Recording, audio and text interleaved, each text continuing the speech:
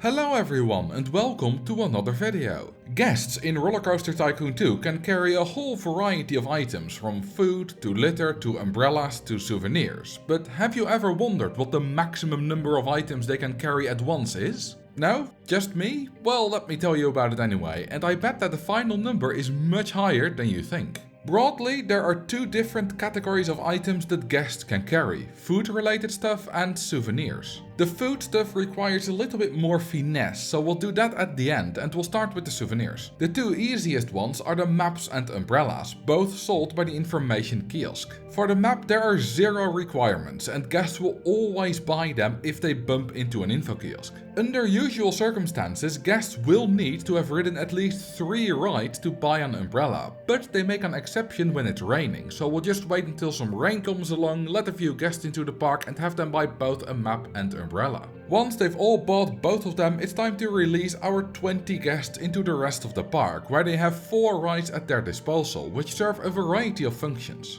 Just like with the umbrella, guests will not buy any other souvenirs if they haven't ridden at least 3 rides, so this makes sure that they can buy souvenirs. The other reason is that these rides allow them to buy on-ride photos. Yes, photos, multiple, as guests can carry up to 4 on-ride photos. It's not quite as simple as just going on 4 different rides with the photo section though. There are actually 4 different on-ride photo items that come from different categories of rides. There's one for wooden rides, one for water rides, one for inverted rides and one for everything else, which I'm just going to call steel rides in this video. That last one is by far the most common and you can get it on many different ride types, while for the wooden rides the only ride type with a photo section available is the wooden coaster. To make this happen we have a looping coaster, a wooden coaster, an inverted coaster and a log flume, all with a photo section. Our guests can ride all of them and we just fast forward for a while to let them collect all the different pictures. If we provide them with food and make everything free so that they never run out of money, they will never want to leave the park. After a while our guests have bought all 4 photos, but unfortunately one thing didn't work out as planned. You see, the reason I haven't built any souvenir stalls yet is that I wanted all the photos grouped together in their inventory instead of in a random order, but that didn't work as despite buying it earlier, the umbrella is placed below the steel ride photo. This is because the order of items is always the same, no matter in which order they have been acquired. So it turns out that I didn't have to wait to build the souvenir stalls, although it is still fun to see the guests buy all the souvenirs in very quick succession. There's a balloon, a cuddly toy, a hat, a t-shirt and sunglasses. These guests now have 11 items, which is already too much to fit on the window without expanding it and most likely more than you have ever seen. But we're not even close to being done. We are done with the souvenirs now, but there's still a whole bunch of food and drink related items awaiting us. There are dozens of food stalls in the game and nearly every single one sells a unique item, increasing the item count by a lot. As great as that sounds, we can't make use of this, as guests will not buy any food or drink item if they still have one that's not finished yet. We can still give our super guest one of these at the end, but nothing more. However, once they finish an item, they may be, depending on what the item was, left with some trash, and that we can abuse. This guest, for example, still has an empty burger box in their inventory after finishing the delicious burger that was inside of it. If he now gets another burger and finishes that too, he will not get 2 empty burger boxes, as guests can only carry 1 of each item at a time. He will also not litter it though, it will rather just not appear. Luckily for us, there are many different trash items that they can have at the same time. The one problem though is littering. It will take a long time for our guests to acquire all these different trash items, as we need to wait until they are hungry or thirsty again in between every item. This means that realistically the chance that they don't throw at least 1 trash item away before having them all is pretty much 0, so we'll have to find a way to stop them from doing that.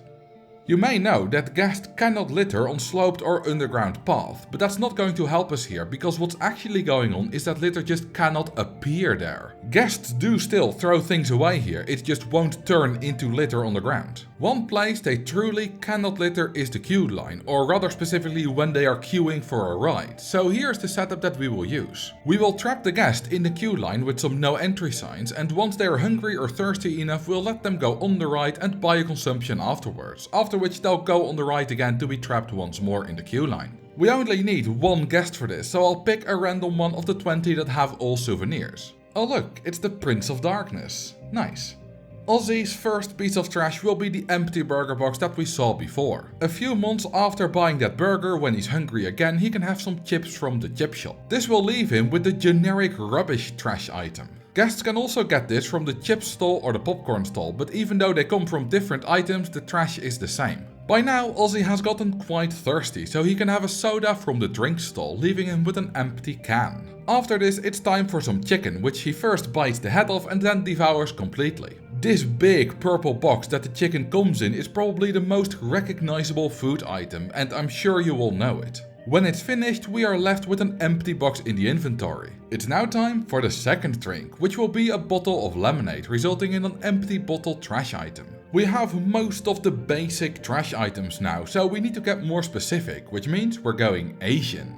Ozzy's next food item will be beef noodles. These are served in a blue bowl, which unsurprisingly leaves him with a blue empty bowl. Going back to drinks will give him an empty cup that still had coffee in it when he bought it. Ozzy now has 7 trash items and we still have more to go. First is the final food item, which is the meatball soup. The reason I specified that the empty bowl is blue, even though that's not in the name, is that the meatball soup comes in a red bowl, which bears the same name once it's finished, but it is a unique item. Noodles are great to wash down with some Korean souvenir. This comes in a carton instead of a cup, can or bottle, so now he also has an empty drink carton. The final item is another drink, but Ozzy isn't thirsty right now as he's just had that delicious souvenir. To solve this, we feed him some more food to replenish that thirst, and now he can buy the final drink, fruit juice from the Star Fruit drink stall. For whatever reason, Chris Sawyer decided that this needed to come in yet another different drinking vessel, namely the juice cup, which Mr. Osborne will soon have an empty one of. Once he's finished, he has a total of 20 items in his inventory, and we're nearly finished. There is still that one food item that guests can hold, and he also let go of his balloon during this experiment, so to finish we'll drop him off at a cotton candy and balloon stall, allowing him to get to the maximum of 22 different items. These are 4 on-ride photos, 7 souvenirs, 10 trash items and 1 consumption. This is way more than I initially thought would be possible, and I don't know where the guests are storing all of these. Yeah, it would easily fit in a backpack, but they don't carry a pack, so it must be in whatever holes in their clothes and other places that they can find. Having such a large variety of items is really nice to give the game some extra detail, including all the trash items. These make it so that the litter doesn't always look the same and can actually be quite varied. Here you can see all 10 of them on the ground, with the big purple box again standing out a lot because it's so massive. Also, Ozzy for some reason has the gall to complain about the litter when it was him who threw it all away. I will never understand people. Anyway, that was it for this video. To learn more about the sometimes bizarre behavior of the guests, click here to learn all about their pathfinding. Thank you all for watching and I will see you in the next video.